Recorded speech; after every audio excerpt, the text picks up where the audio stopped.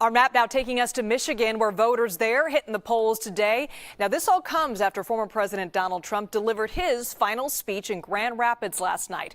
Michigan, as you know, is a key battleground state. CBS News correspondent Jericka Duncan is inside a polling center in Detroit for us. Jericka, what are you hearing and seeing from voters so far this morning?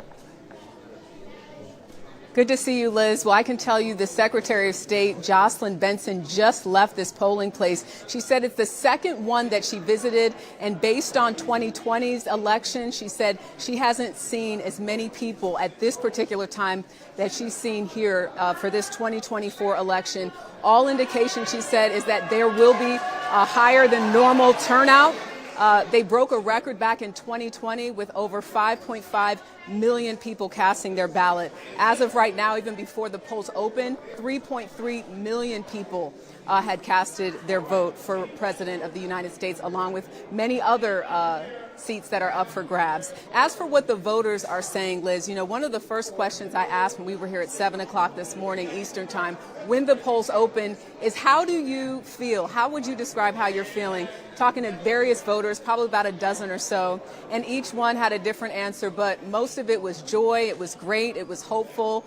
One person said they were ready for this day to be over. They were over the election and all of that. And in a city like Detroit, which is made up of 80% of African Americans, a lot of the folks that I spoke to said that they plan to support Harris. Well, one person that I did speak to said that she didn't like either candidate and decided to vote for Cornel West. Well, it's worth noting, Jericka, that both former President Trump and Vice President Harris spent a large portion of their campaigns in Michigan. The two looked to the auto industry and union workers to get their support. Can you walk us through the power of the labor vote in that state?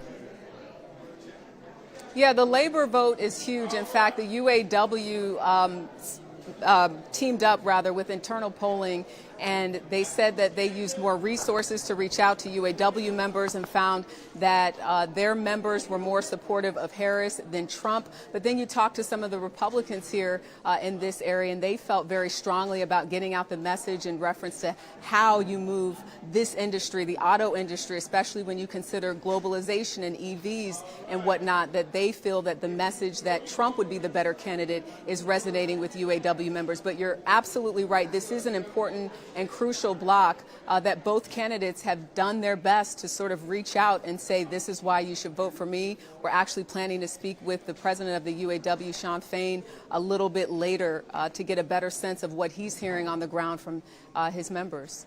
And Jericka, another crucial block in Michigan, Arab Americans, the wars in Gaza, front and center in that state. What was the final message from both candidates on how they would address the ongoing crisis in the Middle East? Yeah, when you think about Michigan, this place has the highest concentration of Arab Americans in the country. So every time that the candidates have come here, that seems to come up in a lot of the speeches. Kamala Harris, Vice President Kamala Harris, has repeated over and over again, and more recently she said, quote, "I will do everything in my power to end the war in Gaza." Those statements usually followed up quickly with that she also wants to bring the hostages home and ensure that Israel is secure, as well as that the Palestinian people, she said, can realize their right to dignity and freedom. Then you have former President Donald Trump, who has made inroads and friends with leaders here in the Arab community, who said that they believe he could do more to stop what's happening in Gaza. A lot of folks talking about their connection to the Middle East, family members, friends that they have in the war-torn areas of not just Gaza, but also Lebanon. So it really just depends on where you stand as far as if you don't feel like this administration did enough and you're willing to take a chance and vote for former President Donald Trump, or if you feel like you do believe the words of Harris when she says that she's going to do everything she can